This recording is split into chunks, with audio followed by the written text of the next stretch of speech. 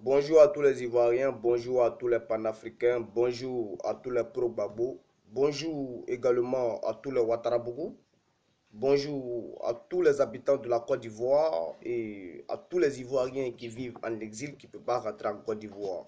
Là où vous vous trouvez, je vous salue. Alors aujourd'hui, je suis venu répondre à un monsieur qui s'appelle monsieur Abel Naki, qui est le président fondateur du CRI panafricain. Voilà. Alors, monsieur Abel Naki, vous vous souvenez, le mercredi 24 septembre 2014, à une conférence de presse, vous avez dit que vous êtes revenu en Côte d'Ivoire pour la libération des pro-Gbagbo qui sont en prison et pour le retour des Ivoiriens qui sont en exil. Vous avez même proposé au gouvernement de créer un commissariat pour le retour de ces Ivoiriens-là. Et ce commissariat sera confié aux opposants. Vous avez dit cela. Mais M. Abel Naki, nous sommes en 2017. Vous avez parlé de cela depuis 2014. Mais aujourd'hui, nous n'avons pas encore vu ce projet-là. Voilà, on n'a pas encore vu. Alors, je voulais dire aux Ivoiriens qui sont en exil, ne tombez pas dans ce piège. Parce que M. Abel Naki a déjà choisi son parti. M. Abel Naki veut que lorsque vous allez rentrer en Côte d'Ivoire, on vous attrape et on vous jette en prison. Parce que vous êtes les personnes qui peuvent empêcher Ouattara d'être candidat en 2020. Vous êtes les personnes qui peuvent lui l'empêcher d'être candidat aussi. Vous voyez. Donc, c'est un coup il a été préparé lorsque vous allez rentrer en Côte d'Ivoire et on vous attrape, on vous jette en prison. Donc, n'acceptez pas cela. Tout ce qu'il est en train de faire, vous le regardez faire. Vous le regardez. Et lorsque ça va finir, il va dire de rentrer en Côte d'Ivoire. Vous lui dites que vous ne pouvez pas aller. Voilà. Et puis quand vous, M. Abel Naki, vous dites que vous ne connaissez pas M. Zadi Djedje, mais arrêtez de vous foutre des gens.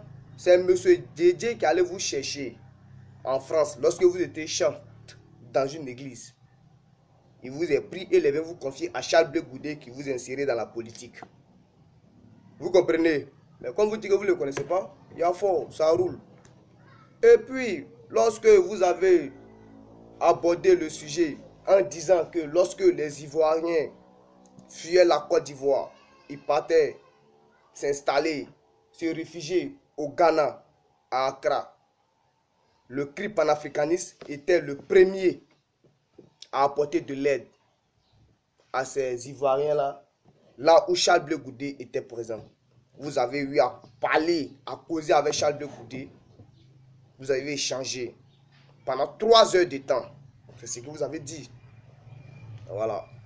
Et vous avez même souligné que M. Ahmed Bakayoko était puissant, violent derrière Charles Blé Goudé. Et vous avez pris le risque. Vous avez pris le risque. Mais j'aimerais vous dire, qu'est-ce qui prouve que ce n'est pas un coup que vous avez botté, vous et Ahmed Bakayoko, juste pour connaître la position de ce monsieur-là. Pour connaître sa position et aller l'arrêter. Parce que ce qui s'est passé, Charles Blé Goudé était à Accra dans sa résidence. Et il s'attendait à son visiteur qui était M. Abel Naki. Et vous êtes venu. Lorsqu'ils ont frappé la porte, M. Charles Blé Goudé allait ouvrir la porte. À sa grande surprise, il voit la police du Ghana. La phrase que Charles Blé Goudé a prononcée, il a dit « Abel Naki m'a trahi ». C'est cette phrase que moi je ne pourrai jamais oublier. Alors, chers Ivoiriens, vous devez classer ce monsieur-là.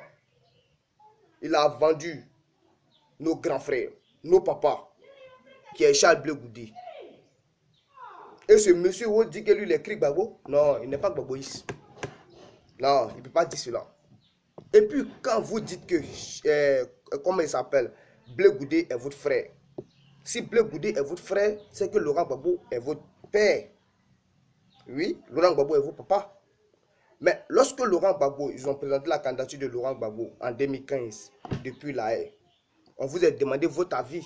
Vous avez dit que vous n'avez pas quelque chose à dire à cela. C'est ce que vous avez dit. Peut-être quelqu'un qui est votre papa là, vous parlez bien de lui. Pour lui montrer que vous l'aimez. Alors, chers Ivoiriens, je vais vous présenter la vidéo. Voilà. Parce que moi, je ne vais pas parler dans le vide maintenant. Regardez. On suit. Vous êtes libre de cette même façon. Je suis journaliste, je peux être capable de constater que toutes vos actions politiques mènent et visent vers la Côte d'Ivoire. Ce qu'on constate dans l'ensemble en ce que vous concerne. C'est vrai que c'est le crime panafricain, c'est la domination. Nous devons passer sur cette question. Puisqu'aujourd'hui, vous revendiquez être un babouiste irréductible. Quel est votre avis sur la candidature annoncée de Laurent Gbagbo à la présidence du Front populaire ivoirien? La candidature annoncée du président Laurent Gbagbo, ça, je n'ai pas un avis à donner là-dessus, d'autant plus que sa candidature ne concerne pas la Côte d'Ivoire, sa candidature concerne un parti politique. Quand on parle de parti politique, déjà le mot parti, ça veut dire que c'est mis à part.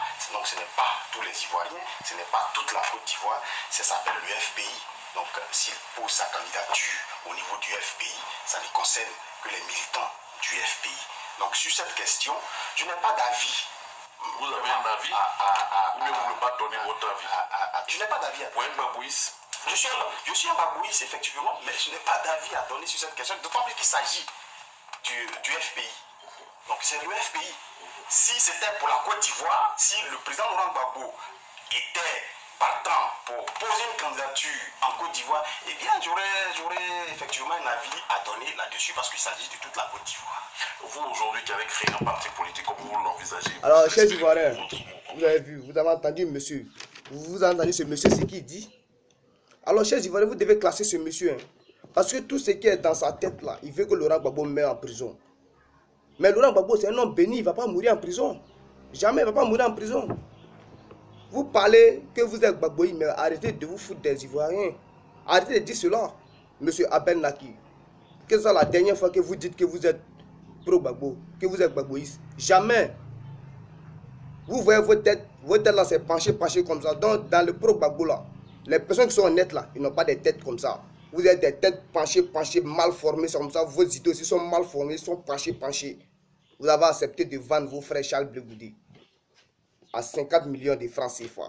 Moi, je pensais que c'était des milliards. 50 millions.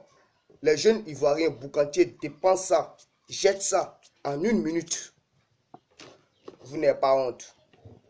Alors, chers Ivoiriens, chers panafricains, chers partis politiques, vous devrez classer ce monsieur-là. Parce que ce monsieur a déjà choisi son camp. Lui veut être président de la Côte d'Ivoire. Voilà.